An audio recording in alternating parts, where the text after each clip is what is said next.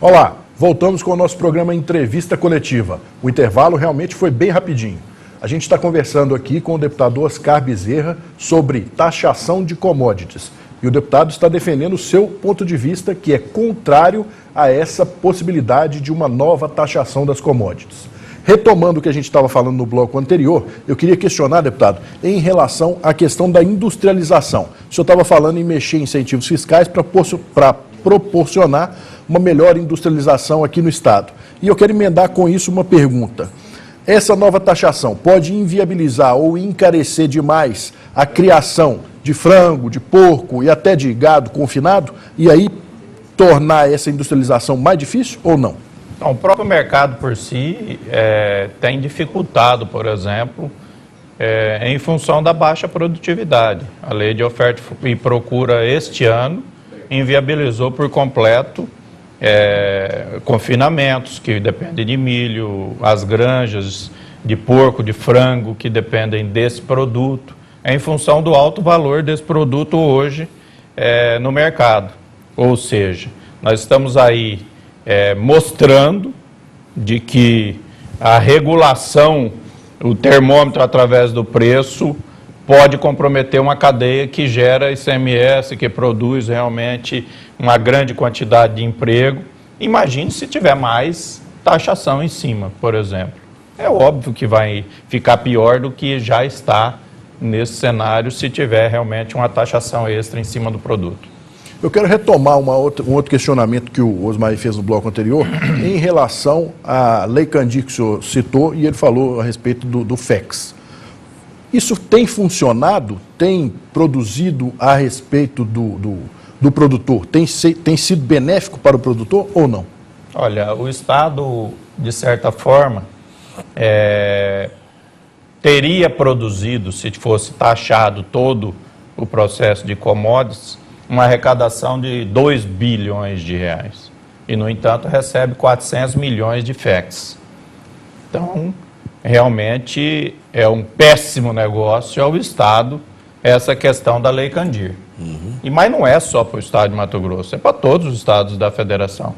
Então, meio que foi isonômico o processo. Se nós só tivéssemos aqui isso aí, talvez Mato Grosso do Sul, Paraná, outros estados, daí estariam na nossa frente ou uma competição desleal, mas é isonômico o processo.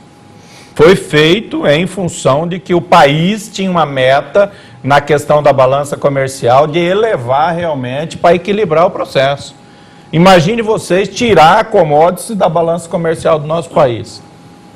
É uma catástrofe. Déficit todo ano. É uma catástrofe. Você está entendendo? Então, nós não podemos, como eu disse, matar a galinha dos ovos de ouro. O que pode ser revisto nesta questão da Lei Candir? Na minha opinião, aproveitar essa mudança presidencial e começar a negociar o Congresso Nacional que a lei estabelecer novos parâmetros, novas tabelas, novas metas de repasse aos municípios, aos estados que contribuem com a exportação. Ou seja, nós temos aí de 2 para 420% de retorno desse ICMS. Vamos levar para 30, para 35, para 40, mas daí depende do Congresso Nacional, do governo federal. Nesse sentido, eu acredito que daí os estados podem fazer coletivamente, como são afetados coletivamente, um trabalho nesse sentido, de que a Lei Candir tenha uma efetividade de resolução maior do que tem hoje para os estados. Aumentar o que é repassado do FEX para os estados. Exatamente. Aí nós estamos fazendo a compensação do que o produtor hoje deixa de pagar. Mas o governo federal é que tem que tomar essa iniciativa sem mexer no bolso do produtor aqui, que já está completamente sacrificado. Tem muitos deles pagando para trabalhar. Esse seria um modelo ideal que a nossa bancada federal pode trabalhar o convencimento, mas todos os governadores em conjunto fazer uma ação nesse sentido. Eu não tenho dúvida de que um governo novo iniciando vai querer sim atender aos interesses da coletividade. Deputado, no início da nossa entrevista, nós vimos um VTzinho ali mostrando que é commodities, enfim. E sempre quando se fala em commodities, já toca na soja, né? Porque a soja é o nosso carro-chefe aqui de Mato Grosso, já há vários anos. Mas, assim, quais os setores, na ótica e na visão do deputado, que sofreriam mais com essa taxação? A madeira, que nós temos grande produtividade também em Mato Grosso, o nosso carro-chefe aí, que é a soja, o algodão, o milho, até mesmo a carne. Tocaria mais em que ponto ia sofrer nesse sentido? Você pode observar que na entrevista do colega Wilson Santos, ele tem a receita do bolo para soja. Ah, R$2 por saco, tá tudo beleza. Agora as outras vamos ver como vai ser o critério, vamos achar mecanismo. Ninguém suporta absolutamente nenhum outro mecanismo, essa é bem da verdade. O setor florestal desse estado, este governo que eu faço parte, quebrou o setor florestal, porque não solta absolutamente projeto de manejo para ninguém trabalhar. A SEMA não funciona. E aí estão falando em taxar de novo. Ah, vamos aumentar o FETAB da madeira. Ninguém suporta mais isso. Já se fechou, no mínimo, 50% do parque industrial do setor madeireiro no estado de Mato Grosso. E isso não está aparecendo ainda, mas vai repercutir muito daqui a uns dias, quando acabar o seguro-desemprego dessa turma. Aí vai ter problema o estado. Vai ter problema social, vai ter problema de segurança, vai ter problema de toda a ordem, porque as pessoas que tinham, através do setor madeireiro, a oportunidade de gerar o pão para sua casa, hoje perderam por ineficiência do Estado. E aí o problema é de gestão. Não, o problema é burocracia. Porque aquela SEMA, infelizmente, este governo não fez com que ela funcionasse. Já vinha, vamos supor, do último semestre ou último ano do Silval pelengando, e quando mudou, botaram uma promotora lá dentro que cuidava da área ambiental, no Ministério Público, ela era responsável para julgar os processos de condenação de todos os produtores e madeireiros. Aí botaram ela para gerir a SEMA. Era óbvio que ia acontecer o que aconteceu. Pega a arrecadação do setor madeireiro de 3 anos atrás e pega do ano passado, vocês vão ver que caiu 5 vezes a arrecadação do ICMS, que hoje está fazendo falta. O que era 100% agora tem 20%, é isso? Exatamente. Se era 100 milhões, está arrecadando 20. Cada um é a mesma coisa do outro, deputado, tipo o algodão também, que nós temos em grande produtividade aqui no estado de Mato Grosso, em nível nacional. Não, o algodão parece que não tem nem taxação extra do FETAB. O algodão parece que ficou fora. Sim. Então, de repente, esse tem que contribuir. Eu não tenho dificuldade daí de trabalhar na questão de que a isonomia seja para todos os produtos. O milho, que nós temos grande dificuldade também aí. O milho, em função do valor, tem inviabilidade, né? Inviabilidade, a não ser que seja porcentagem. Mas se for por saco, é inviável. Porque hoje, se você botar R$1 a mais, inviabiliza em muitas situações produzir frango, porco, carne, também com esse produto. Essa questão de inviabilizar que o senhor tocou, eu queria abordar um pouquinho isso. O deputado Wilson Santos, quando esteve aqui conosco, disse que, relatou que foi ao estado de Mato Grosso do Sul, fez visitas lá e reuniões tanto com os representantes do governo, quanto com os representantes do setor agrícola. E soltou um dado que aparentemente é relevante. Segundo ele, apesar de toda essa taxação que acontece já há 8 anos, se eu não me engano, ou 10 anos no estado do Mato Grosso do Sul, a área plantada aumentou. E aumentou 2 ou 3 vezes. O senhor acha que isso realmente é relevante ou não? Isso prova que essa taxação não prejudica o setor? Não, veja bem. Voltamos a falar. Essa taxação ele copiou do nosso FETAB. Então, tudo tem um limite, vamos supor, os produtores se adequaram em função de que o estado vizinho, Mato Grosso, tinha uma taxação através do FETAB e lá poderia ser criado algo semelhante. Aqui também pulou a área plantada depois da criação do FETAB até o presente momento o dobro. Não tenha dúvida disso. Assim como a produtividade cresceu, porque o ser humano é evolução constante. E na área agrícola não é diferente. Antigamente se produzia 40 sacas por hectare, tem hoje sementes específicas de alta produtividade que chega a 80. Eu já vi placa daquelas na beirada da estrada, produtividade 93 sacas por hectare. Quer dizer, excepcional. Agora, tem tecnologia embarcada ali, muita. Tem muito dinheiro investido ali para chegar a esse ponto que chegou. E em detalhe, você planta uma área de 300 hectares de alta performance, de agricultura de precisão, que a cada metro tem uma perfuração para saber a deficiência do adubo, do caroço do adubo que põe naquele metro quadrado, agricultura de precisão. Isso tem um custo altíssimo. Eu falei de um pacotinho de 32 sacas para fornecer o básico do básico, o adubo e a semente básica. Se você entrar na linha de alta produtividade aí de agricultura de precisão, isso dobra. De 30 vai para 60. Vai para 60 de custo. Aí vem um veranico desse, porque daí não escolhe se é alta performance ou baixa performance. Não choveu, não produz. O cara quebra. Se o cara plantou 10 mil hectares, ele quebra. Então, e não tem o país a segurança de que quem produz o mínimo do mínimo receberá. Mas tem gente que fala que vende a soja antecipado já, antes de colher, já recebeu o dinheiro. Hoje tem esse mecanismo no mercado. Agora imagine você plantar lá 10 mil hectares e vender antecipado e não chover. O que você vai fazer? Deputado, sua fazenda está em garantia, amigo. Deputado, o senhor fala da galinha, a galinha dos ovos de ouro, né? Nem dos ovos azuis não são. Qual é a saída? Qual a visão do deputado para que não mate essa galinha? Para que ela continue com esses ovos de ouro aqui no estado de Mato Grosso. Emendando com essa do Osmaí, não mate a galinha dos ovos de ouro e, ao mesmo tempo, o Estado consiga incrementar a sua arrecadação. Industrializar.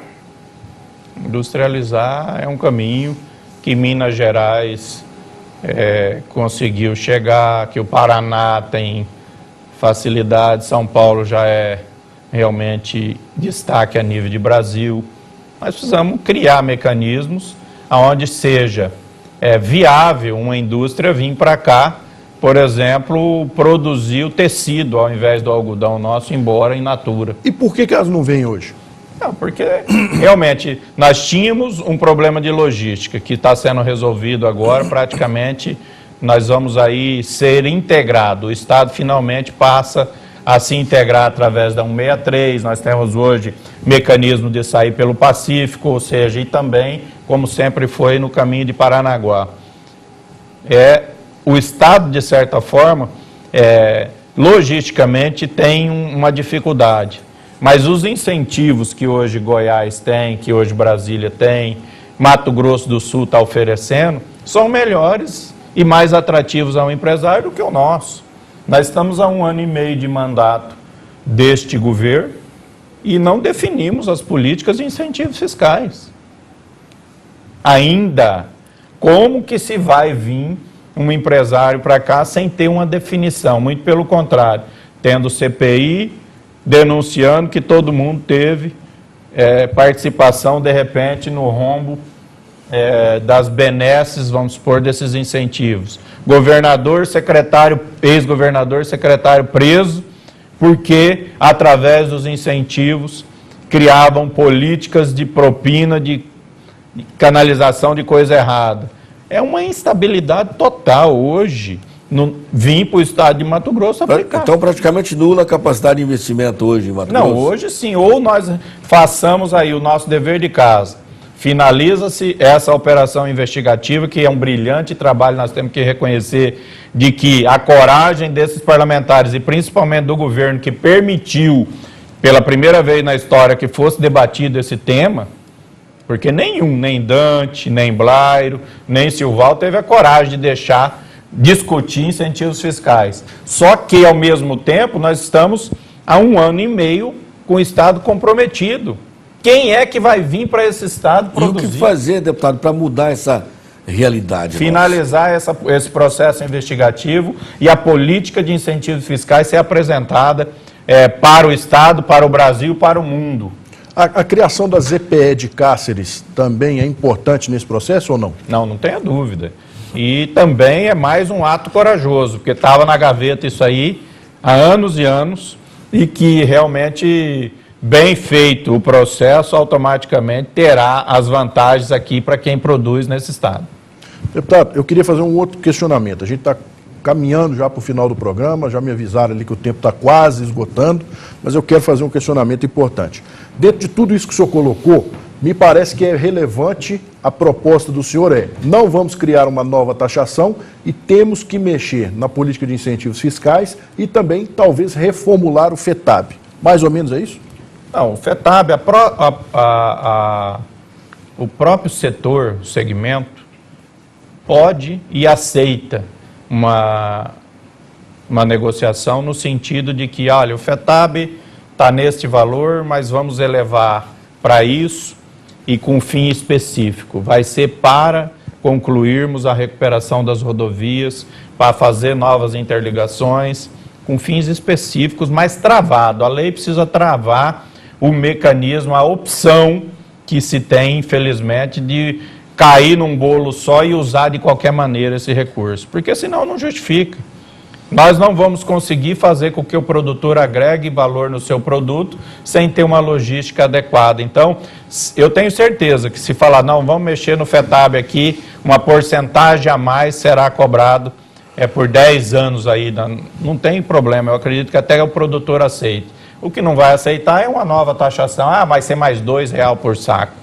Não existe isso. Nós precisamos ter a consciência de que não é uma conta corrente que o governo vai lá e pega o dinheiro de dentro, o produtor do nosso estado. Muito pelo contrário, ele tem que ser muito bem atendido e assistido, porque nesse país, esse produtor é um guerreiro, porque não existe o subsídio aqui. Deputado, eu tenho uma última pergunta aqui.